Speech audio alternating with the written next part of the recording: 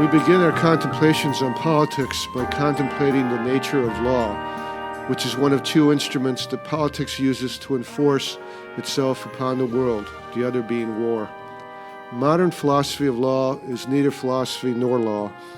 In one end of the spectrum of modern philosophy of law, we have natural law theory, consistent with Western society's hijacking of Christian dogma, only without the Christianity. These philosophers try to hijack the concepts of law of St. Augustine and St. Thomas Aquinas, only without their divine law basis, by which they conclude that an unjust law is not law. Through the delusion of treating words as more real than reality, natural law theory argues that the meanings of morality, good, evil, and justice in an indifferent universe are not simply social constructs, but things in themselves.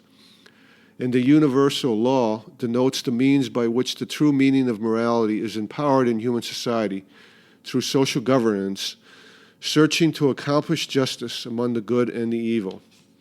As Ludwig Wittgenstein said, using quotation mark, a substantive makes us look for a thing that corresponds to it, close quotation mark. Somehow, the arbitrary and random violence without meaning that is the existential substance of life has not led natural law theory to conclude that natural law and law might instead be the source of evil and injustice in life, not the source of good and morality. They pay no attention to the existential warning from Albert Camus that quotation mark law, comma, by definition, comma, cannot obey the same rules as nature, close quotation mark. None of this natural law version of philosophy of law has any predictive value. Its hypotheses never seek to comply with Occam's razor and are logically and empirically unable to make any quantifiable, parameter-controlled, repeatable, falsifiable predictions of what law will be descriptively. At best, natural law theory can only state what it ought to be in an evaluative and prospective normative sense. To their credit, at least natural law philosophers do not claim nor pretend to be able to do any of these scientific tasks, nor to be a science, nor do they even pretend to be naturalized to science. Supposedly, directly contrary to this natural law view, we have what's called legal positivism at the other end of the spectrum, who, according to this theory, have given up on using words such as morality, justice, good and evil, or any normative concepts to describe law or any necessary attributes of law.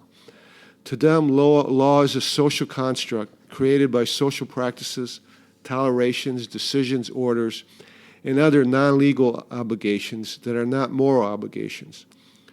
The existence of a universal called law is dependent not on the merits of any law, nor on whether it is justice, but only on rules that they call rules of recognition, rules of change, and rules of adjudication, and what's called the separability thesis. And by the separability thesis, they mean that law is separate from morality.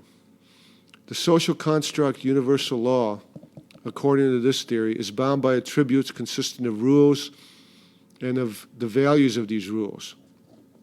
The problem is, where are these rules? Everywhere and nowhere. How do they know the difference between a rule and a law if they do not know what a law is to begin with? By the power invested in them through the delusion of treating words as more real than reality, as usual, these rules exist everywhere around us in our actions, customs, traditions, and all social constructs, yet they are in no particular place nor time. Are morality and law really separate? Eventually they admit that they are really not, because lawgivers can consider morality when creating law. Actually, according to legal positivism, lawgivers can consider anything they want when creating law. Thus, must not the word law be purely nominal? It is just what those with the power to name law say it is. No, they respond, because the powers that be can only name law if the law gives them the power to name law. It is analogous to arguing that the social construct game of basketball is a universal created by the NBA and its fans issuing rules of basketball, except there are no NBA nor fans, unless the rules of basketball create them. But there are no basketball rules anywhere to be found without the NBA and the fans creating them.